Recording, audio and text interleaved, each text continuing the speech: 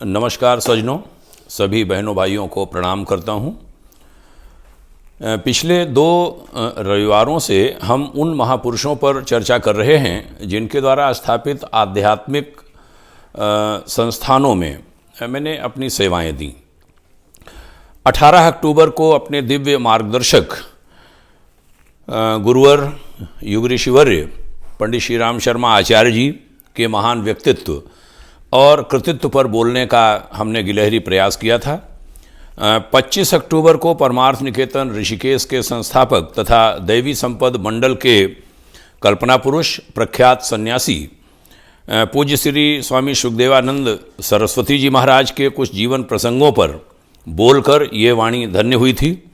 आज विश्व जागृति मिशन नई दिल्ली के संस्थापक संरक्षक श्रद्धेय आचार्य श्री सुधांशु जी महाराज के बारे में संक्षिप्त चर्चा करने चल रहा हूँ, जो वर्तमान भारत के एक जाने माने व्यास पुरुष हैं और उच्च कोटि के आध्यात्मिक वक्ता हैं, जिनके सीधे संरक्षण में, जिनके साथ मुझे 4 बरस अभी हाल में सेवा करने का अवसर मिला, पिछले 2 अक्टूबर तक। आज की 23वीं रविवासरीय वार्ता का जो शीर्षक मेरे मानस पटल पर उभरा वह है सेवा साधना के पर्याय अध्यात्म पुरुष श्री सुधांशु जी महाराज। यह विषय क्यों मेरे जेहन में आया, उत्तर में मैं कहना चाहूँगा कि साल 2017 में एक बार भारत सरकार के युवा कल्याण मंत्रालय के एक वरिष्ठ अधिकारी, मेरे भाई, मेरे मित्र श्री चंद्रशेखर प्राण, जो प्रिंसिपल डायरेक्टर नेहरू युवा केंद्र संगठन थे, हमसे मिशन मुख्यालय आनंदधाम में मिलने आए। उनके आगमन की सूचना पाकर नजफगढ़ आदि पास के क्षेत्रों से कुछ पदाधिकारी वहां पहुंचे। वे वरिष्ठ साथी आनंदधाम को भीतर से देखकर बड़े प्रभावित हुए जब हमने उन्हें आश्रम दिखाया और हमसे बोले, ये इतना बड़ा आध्यात्मिक आश्रम है, हम तो बाहर गेट के पास बने बड़े से अस्पताल, जिसे सुधांशु जी महाराज का अस्पताल कहा जाता है, उसे ही जानते थे। हम भीतर पहली बार आए हैं। आँख का यानी आई हॉस्पिटल के नाम से आम जनता यहाँ के स्थान को जानती है। वे सारी गतिविधियाँ जानकर बड़े खुश हुए और विश्व जागृति मिशन के बारे में हमसे जाना। फिर वहाँ से वो जुड़ गए। ऐसी अनेक सेवा साधना के उपक्रम खड़े करने वाले श्रद्धेय महाराज श्री ने इसी हॉस्पिटल करुणा सिंधु अस्पताल से मिशन सेवा आरंभ की थी। फिर तो आनंदधाम में युग ऋषि आरोग्य धाम और द व्हाइट लोटस हॉस्पिटल जैसे हॉस्पिटल्स आरंभ हुए, जिन्होंने आयुष के 5 अवयवों सहित भारतीय चिकित्सा पद्धतियों पर खासा कार्य किया और जनता जनार्दन की सेवा कर रहे हैं। अन्य जो आश्रम हैं देश के फरीदाबाद और अन्य स्थानों पर भी ऐसे हॉस्पिटल्स काम कर रहे हैं। अकेले करुणा सिंधु हॉस्पिटल 15 लाख से ज़्यादा निर्धनों की, गरीबों की सेवा स्थापना से अब तक कर चुका है। स्वास्थ्य संवर्धन की विविध गतिविधियों के अलावा आयुर्वेद पर आधारित लाभदायी उत्पाद भी वहाँ की एक टीम ने तैयार कराए, जो देश भर में फैल रहे हैं। शिक्षा विद्या विस्तार योजना के तहत महर्षि वेदव्यास गुरुकुल विद्यापीठ एक आदर्श गुरुकुल के रूप में सेवा कर रहा है आनंदधाम से। हमने कई आश्रमों के गुरुकुल देखे हैं। आनंदधाम का गुरुकुल वास्तव में सुविधाओं, खुला स्थान, शिक्षण स्तर और प्रतिभा संवर्धन की दृष्टि से उत्तम है, श्रेष्ठ है। महर्षि वेदव्यास उपदेशक महाविद्यालय की स्थापना तो मेरी वहाँ सेवा के दौरान हुई, जिसके मूल विचारधारकों में शामिल रहने का सुअवसर मुझे भी मिला। यह डिग्री कॉलेज श्रेष्ठ सुयोग्य धर्मोपदेशक तैयार करके देश को समर्पित करने को संकल्पित है। निस्वार्थ भाव से इस सेवा को गति दी जाती रही तो यह महाविद्यालय भारत की बहुत बड़ी सेवा भविष्य में कर सकेगा। देवदूत बच्चों यानी अनाथ बच्चों को शिक्षित बनाने का अभियान, जिसके बारे में जानकर ही और उससे प्रभावित होकर ही हम ऋषिकेश से दिल्ली आए थे। अति उत्तम कार्यक्रम है।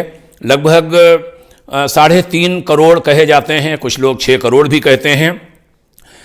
इस संख्या में ऐसे जो बच्चे हैं पूरे देश में, उनमें से कुछ लाख बच्चों को भी शिक्षित बनाकर राष्ट्र की मुख्य धारा में शामिल किया जा सके तो ये बड़ी राष्ट्र सेवा होगी। अभी मिशन 2000 ऐसे बच्चों को उत्तम शिक्षा प्रदान कर रहा है, जो इतना बड़ा कार्य है जिसकी जितनी भी सराहना की जाए वह कम है। अन्य संस्थाओं को इस काम में आगे आना चाहिए और इन बच्चों को सुयोग्य बनाना चाहिए। वृद्धजनों की सेवा, गौ सेवा, साहित्य सेवा इत्यादि अनेक कार्य ऐसे सेवा कार्य हैं जो विश्व जागृति मिशन को अन्य धार्मिक संस्थाओं से अलग एक उत्तम स्थिति में खड़ा करते हैं। यहाँ हम अपनी एक स्मृति का जिक्र करना चाहेंगे। वर्ष 2016 के अक्टूबर महीने में हम आनंद धाम आए थे।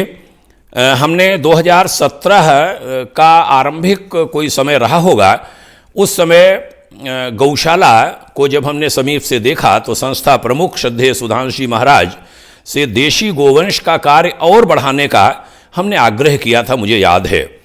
उन्होंने उसे संज्ञान लिया और बहुत जल्द एक शेड बनवाया, देशी गोवंश मंगाया बड़ा प्यारा सा, और बाद में एक दूसरा शेड बनवाकर गिर नस्ल की 20 गौएं उन्होंने मंगवाई और बड़ा अच्छा काम देशी गोवंश की सेवा का वहाँ पर चल रहा है, जो एक आदर्श है।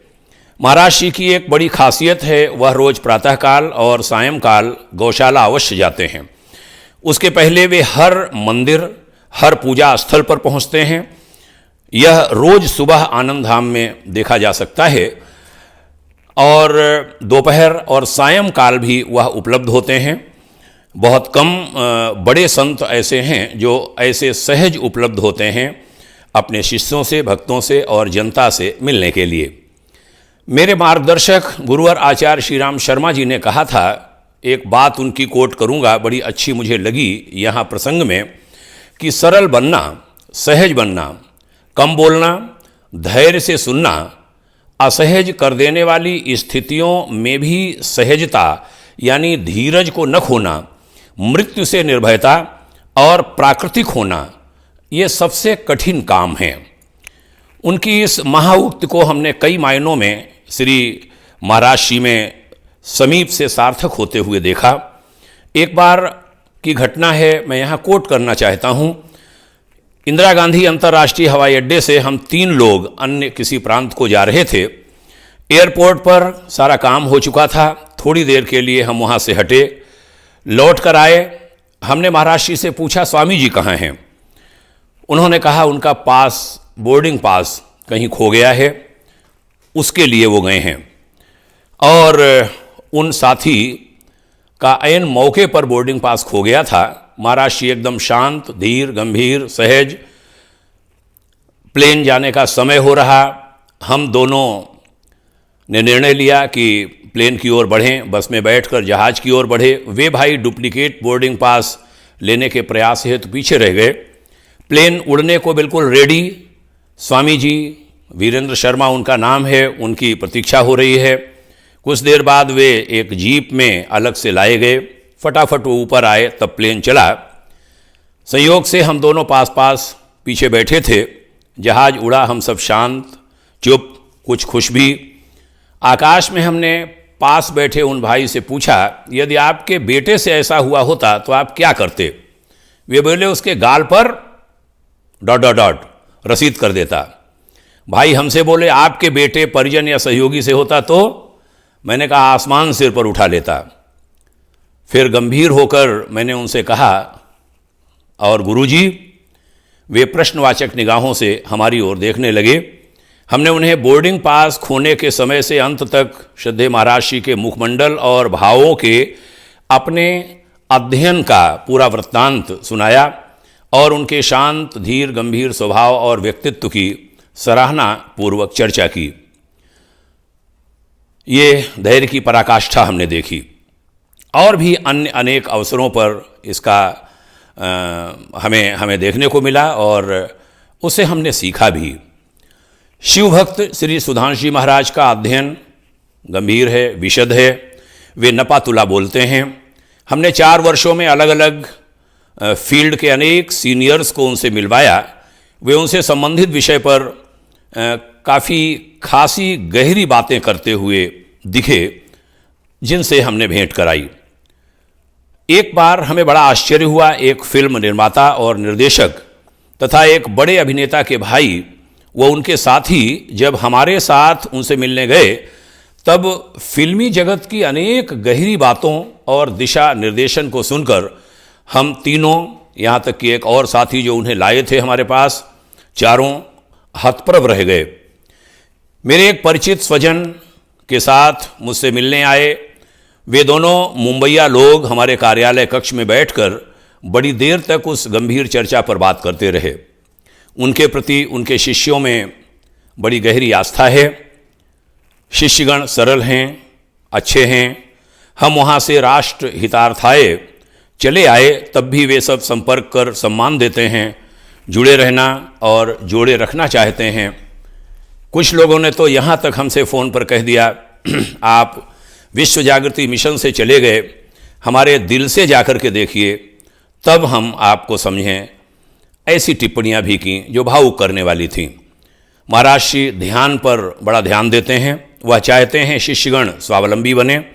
वे अपने अनुयायियों को खुश देखकर बड़े खुश होते हैं। सामने वाले व्यक्ति की बात बड़े ध्यान से सुनना, उसे सम्मान देना उनकी विशेषता है। स्वयं मुझे न चाहते हुए भी 2 अक्टूबर 2020 को विदा करना, पूरे सम्मान के साथ विदाई देना हम कभी भूल नहीं पाएंगे। वैसी विदाई जैसी लखनऊ से सरकारी सेवा छोड़कर हरिद्वार को चलते समय शासकीय साथियों ने हमसे दी थी, उससे भी बहुत उत्तम भावपूर्ण विदाई। विश्व जागृति मिशन के लगभग 24 आश्रम हैं देश भर में। मुझे सभी को देखने का अवसर मिला। सभी निर्माण अति उत्तम, सब में महाराज श्री की दूरदर्शिता झलकती है। सारे सुव्यवस्थित सुंदर आश्रम, सभी स्थान, सारे आश्रम एयरपोर्ट से 40 मिनट के रास्ते पर हैं। ये एक और खासियत हमने देखी और जानी। एक उत्कृष्ट कोटि के आध्यात्मिक वक्ता श्री सुधांशु जी महाराज को कई बार हमने कहते सुना। हमारे वक्ताओं को, हमारे व्यासों को, हमारे कथा कहने वालों को, हमारे सत्संग करने वालों को गीता नायक भगवान श्री कृष्ण के बड़े वाले स्वरूप को, महाभारत वाले श्री कृष्ण को समाज के सामने, विश्व के सामने लाना चाहिए। बाल रूप कृष्ण से ऊपर उठना चाहिए। यह श्रीमद् भगवद गीता की बड़ी सेवा होगी। वस्तुतः भारतीय संस्कृति की महान सेवा होगी। उनका भाष्य किया हुआ ग्रंथ श्रीमद् भगवद गीता सभी के पढ़ने योग्य है। और भी उनकी पुस्तकें हैं जो साहित्य में रुचि रखने वाले सभी लोगों को पढ़नी ही चाहिए। अभी हाल में चलते समय श्रद्धा पर्व कार्यक्रम मनाया जाता है 2 अक्टूबर को, गांधी शास्त्री जयंती के दिन पूरे देश और पूरे विश्व में जहाँ जहाँ मिशन के कार्यालय हैं, जहाँ आश्रम हैं। और उस दिन उन्होंने श्रद्धा के कल्पतरु नाम की हमारी लिखी पुस्तक का भी विमोचन कराया। और भी कुछ पुस्तकें अभी प्रकाशनाधीन हैं और यह मिशन निरंतर आगे बढ़ रहा है, यह देखकर खुशी है। महाराज श्री गीता के परम श्रेष्ठ व्याख्याकार हैं। अपने प्रत्येक आश्रम में केंद्रीय स्थान पर सिद्ध शिखर मंदिर की एक कृत्रिम पहाड़ी पर खुले स्थान पर स्थापना करके भगवान शिव और माँ भागीरथी गंगा जी का अद्भुत संदेश देने वाले आचार्य श्री सुधांशु जी महाराज की वैचारिक गहराई तथा सहजता से भरा पूरा गंभीर व्यक्तित्व अत्यंत निकट से देखने के बाद मैं ये टिप्पणी करते हुए आज वाणी को विराम दूंगा। यदि उन्हें राष्ट्र, धर्म और संस्कृति को सर्वतोभावेन समर्पित कुछ अच्छे परमार्थी निस्वार्थी कार्यकर्ता मिल जाएं और वे उनके पास बने रह सकें तो इस राष्ट्र के कल्याण के बहुत बड़े बड़े कार्य उनके मार्गदर्शन में संपादित हो सकते हैं, संपन्न हो सकते हैं। परमपिता परमात्मा से मेरी प्रार्थना है कि वे विश्व जागृति मिशन परिवार को सफलता की उच्च चोटियों की ओर अग्रसर करें। यह देश महापुरुषों की धरा बने, सच्चे और अच्छे लोग भारत भूमि पर विकसित हों, विस्तार लें। विश्व जागृति मिशन के कल्पना पुरुष श्रद्धेय श्री सुधांशु जी महाराज को प्रणाम निवेदित करता हूँ। उनके निरोग दीर्घायुष्य की कामना करता हूँ और आज की रविवासरी चर्चा को यहीं विराम देता हूँ। जय हिंद, जय भारत, ओम शांति।